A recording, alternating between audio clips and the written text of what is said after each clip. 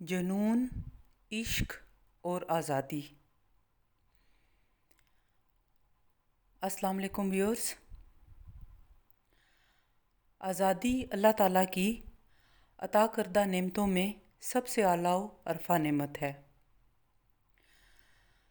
بنی نوع انسان کی فطرت میں آزادی کے حصول کی تمنا پائی جاتی ہے، چاہے وہ انفرادی سطح پر ہو یا اجتماعی سطح پر۔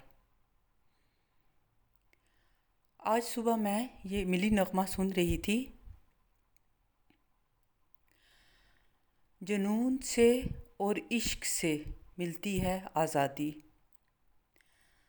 تنظیم، اتحاد، ایمان، قائد کا پیغام۔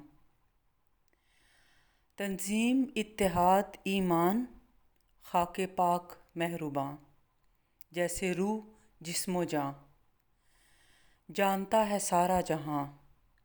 جنون سے اور عشق سے ملتی ہے آزادی، قربانی کی باہوں میں ملتی ہے آزادی۔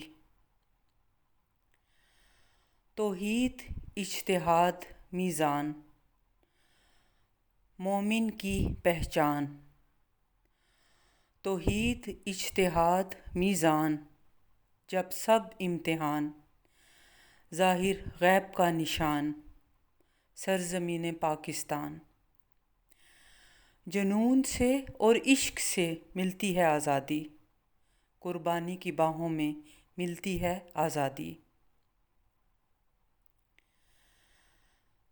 ویورز، جنون اور عشق انسانی جذبات میں سب سے اعلیٰ مقام رکھتے ہیں۔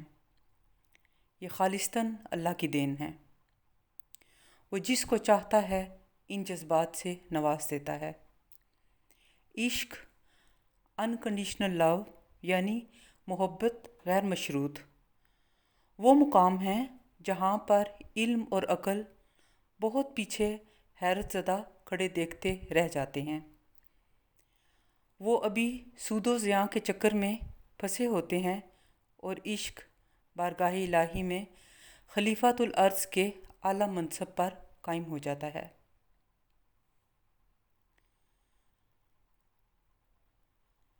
انگریزوں اور ہندوؤں کی غلامی میں رہتے ہوئے مسلمانوں کو اس بات کا یقین نہیں تھا کہ انہیں کبھی ایک الگ اور آزاد ریاست مل سکے گی۔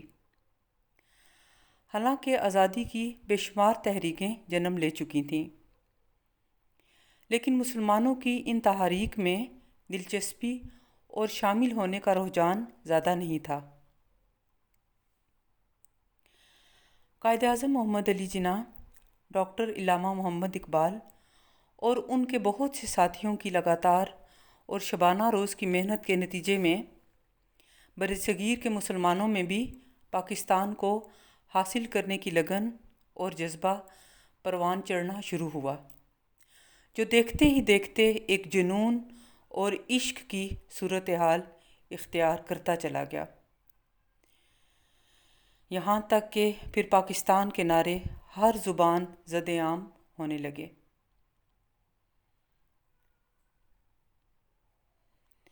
ویورز، عشق کا سفر عظمت کا سفر ہے، اور عظمت کا سفر کرب کا سفر ہوتا ہے۔ جب لوگ سوتے ہیں یہ لوگ جاگتے ہیں۔ ان کے فارمولے جدا، ان کے جذبے الگ، ان کے آغاز، ان کے انجام سب نرالے تھے۔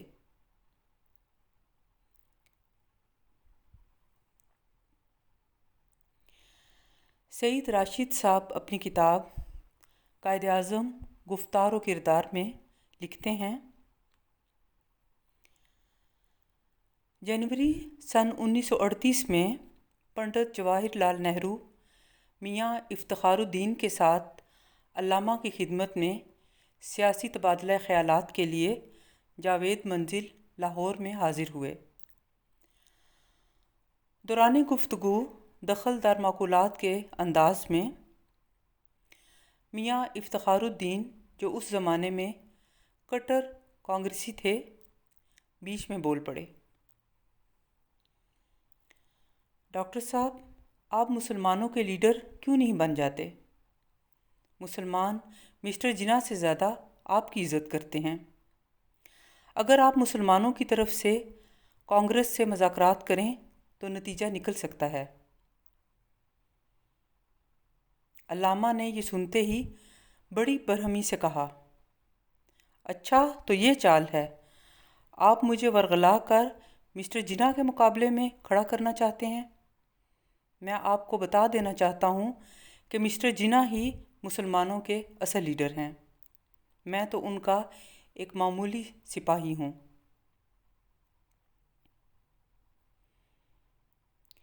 ویورز، کردار کی عظمت پر کھڑے یہ مفکر پاکستان علامہ اقبال تھے، جنہوں نے پاکستان کے حوالے سے اپنے آپ کو بانی پاکستان قائد اعظم محمد علی جناح کا ایک معمولی سپاہی کہنے میں فخر محسوس کیا۔ دوسری جانب ایک مرتبہ قائد اعظم سے کسی شخص نے کہا کہ آپ اس قدر محنت کیوں کرتے ہیں جبکہ آپ کی صحت بھی اس کی اجازت نہیں دیتی؟ تو انہوں نے فرمایا کہ میں چاہتا ہوں کہ جب میں مرنے کے بعد اللہ کے سامنے پیش کیا جاؤں تو اللہ تعالیٰ مجھے دیکھ کر کہیں، ویل ڈن مسٹر جناح۔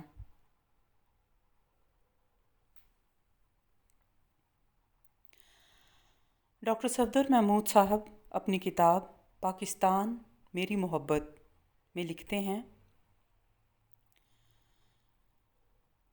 کچھ عرصہ قبل ہمارا ایک صحافی 2 ہفتوں کے لیے ہندوستان گیا۔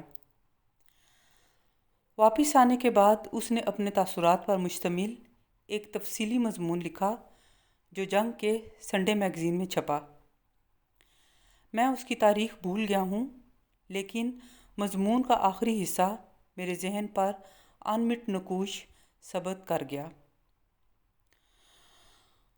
اس نے لکھا تھا کہ جوں میں پاکستان کے قریب آ رہا تھا، میں اس نعمت پر اللہ تعالیٰ کا شکر ادا کر رہا تھا۔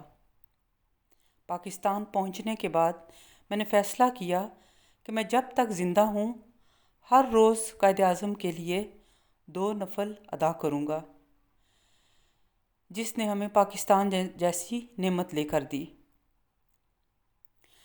پرسوں مجھے سید صغیر ترمذی فیصل آبادی نے حکومت ہند کی قائم کردہ ساچر کمیٹی کی رپورٹ بھجوائی، جس میں ہندوستان کے مسلمانوں سے روا رکھی گئی زیادتیوں کا ذکر کرنے کے بعد یہ اعداد و شمار دیے گئے ہیں کہ ہندوستان کی انڈین سول سروس میں مسلمانوں کی نمائندگی 3%، فارن سروس میں 108 یعنی 2% سے بھی کم، اور پولیس سروس میں 4% ہے، جبکہ وہ ہندوستان کی آبادی کا تقریباً 20% ہیں۔ مسلمانوں میں تعلیم کا تناسب نہایت کم ہے اور صنعت و حرفت میں پسماندگی کے سبب وہ غربت کا شکار ہیں۔ کیا میں پاکستان کے مخالف آنکھیں کھولیں اور سوچیں کہ اگر پاکستان بھی نہ بنتا اور متحدہ ہندوستان میں مسلمان بدستور 1/3 بھی رہتے تو اس ہندو راج میں مسلمانوں کا یہی حشر ہونا تھا، اور نور محمد قریشی صاحب کو کسی ہندو وکیل کا زیادہ سے زیادہ بستہ بردار ہونا تھا، جس سے ان کے بزرگوں نے پاکستان کے حق میں ووٹ دے کر انہیں بچا لیا۔ لیکن افسوس یہ ناشکرے اس نعمت کا شکر ادا نہیں کرتے اور نہ ہی اللہ تعالیٰ کی نعمتوں کا شکر ادا کرتے ہیں، کیونکہ ناشکروں کی ایک ہی قسم ہوتی ہے۔ اے اللہ سبحانہ و تعالیٰ، ان کی آنکھوں پر پڑے ہوئے پردے ہٹا اور ان کے دلوں پر لگی ہوئی مہریں مٹا۔ آمین۔ آپ سب کا بہت شکریہ۔ اللہ حافظ۔